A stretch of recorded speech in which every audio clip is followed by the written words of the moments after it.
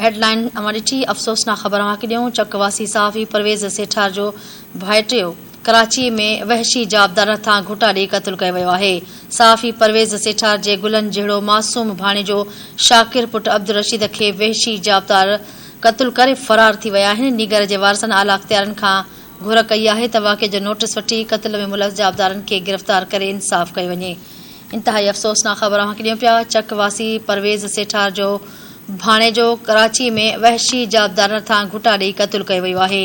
सहाफ़ी परवेज़ सेठार जे गुलन जहिड़े मासूम भाणे खे शाकिर पुट अब्दुल रशीद खे वहशी जाबदारनि क़त्ल करे फ़रार थी विया आहिनि। नीगर जे वारसनि आला अख़्तियारनि खां घुर कई आहे त वाक़े जो नोटिस वठी क़त्ल में मुलविस जाबदारनि खे गिरफ़्तार कयो वञे।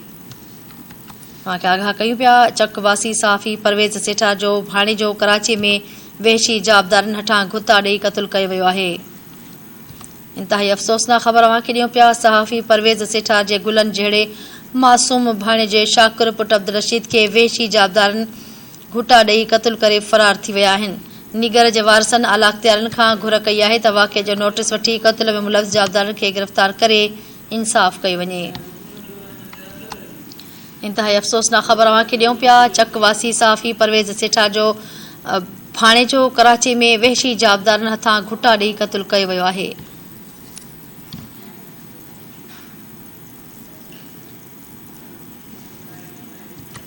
सहाफ़ी परवेज़ सेठार जे गुलन जहिड़े मासूम भाणे खे वहशी जाबदारनि घुटा ॾेई क़त्ल करे छॾियो आहे। खे आगाह कयूं पिया। गुलन जहिड़े मासूम भाणे जे शाकिर पुट अब्दुल रशीद खे वहशी जाबदारनि पारां घुटा ॾेई क़त्ल कयो वियो आहे।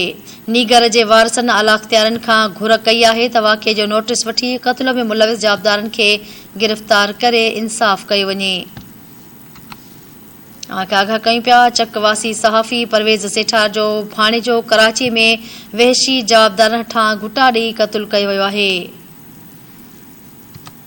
सहाफ़ी परवेज़ सेठार जो गुलन जहिड़ो मासूम भाणे जो शाकिर पुट अब्दुल रशीद खे वहशी जाबदारनि घुटा ॾेई क़त्ल करे फ़रार थी विया आहिनि। नीगर जे वारसनि आला अख़्तियारनि खां घुर कई आहे त वाक़े जो नोटिस वठी क़त्ल में मुलविस जाबदारनि खे गिरफ़्तार कयो वञे।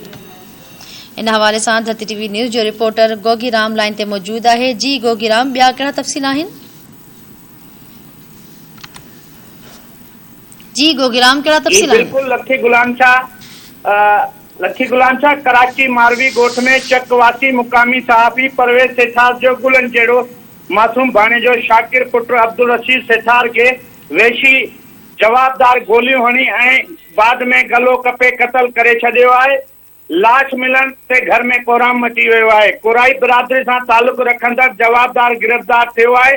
बकाया जवाबदार फरार आहिनि। चक शहर मां सेठार बिरादरी जा माण्हू कराची रवाना थिया आहिनि। इंतहाई अफ़सोसनाक वाक़े जी सख़्त लफ़्ज़नि में मज़म्मत कजे थी। जवाबदारनि जी फौरी गिरफ़्तारी जो मुतालबो कजे थो।